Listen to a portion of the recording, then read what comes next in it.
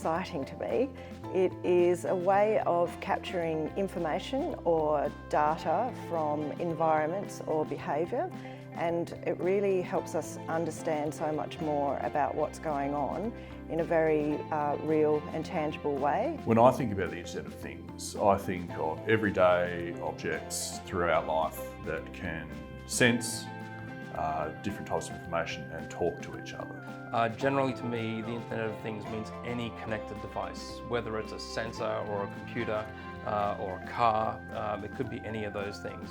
And it's more about the ability to communicate with things, not just sensing, but also controlling. IoT is having widgets that we can buy reasonably cheaply and we can easily install on the farm that'll give us the information we want. I like making things that end up interacting with the real world and hopefully having a positive impact. So I think the Internet of Things is something that affects almost all aspects of our lives and our environment.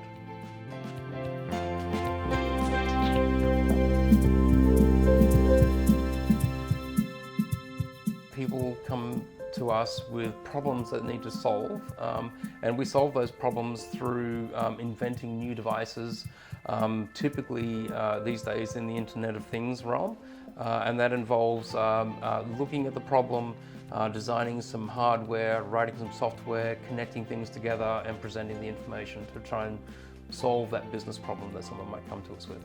A few examples of the things that we make are room occupancy sensors, water level sensors, temperature and humidity sensors, vibration sensors. So a lot of these things are sensors that require some kind of communications to collect all this information. Devices that monitor the growth of avocados in avocado orchards. So all sorts of things. We make devices that control fuel in taxis in Las Vegas. When it comes to what the Internet of Things or Internet of Things devices do for us right now, it's a really interesting question because the answer is, in general, they do very little. They just do them in great numbers. And so we might have a temperature sensor. Well, a temperature sensor tells you the temperature of this room. This room is being monitored by a temperature sensor, the one that we make. So is my office. The reason we're doing that is because my office gets really hot and we're trying to establish how much hotter it gets. That's not a great problem to solve.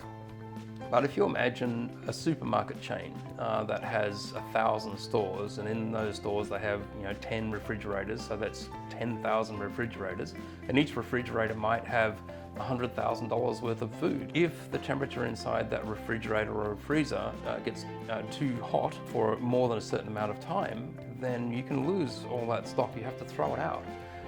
So when you look at the scale versus the functionality is very simple, but the Internet of Things allows you to do those kinds of things at great scale, and that's where the value is, because you can put a simple, inexpensive sensor in 10,000 locations, collect all that information, and know when there's something that's wrong and you have to attend to it within a certain amount of time.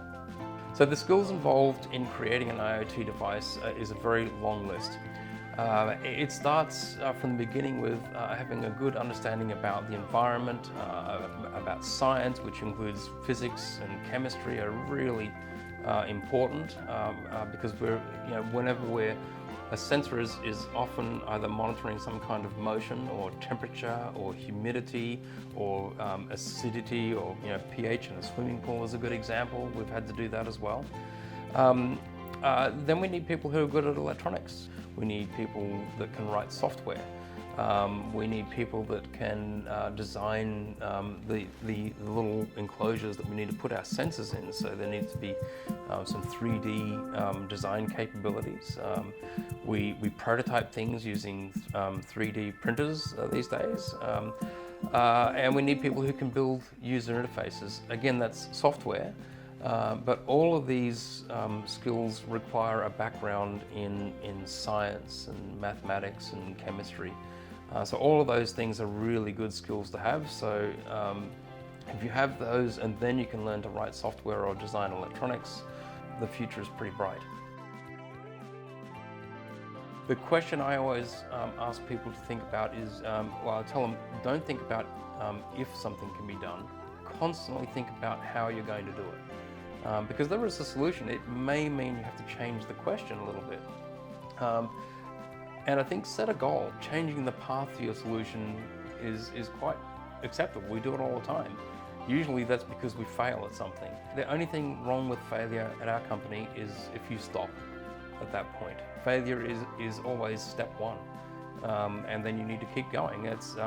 You need to learn something from when you fail, because that's telling you something.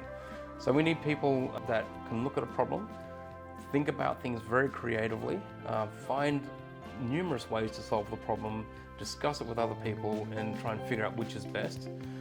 Try one, see if it works. If it doesn't work, try another one and just keep going.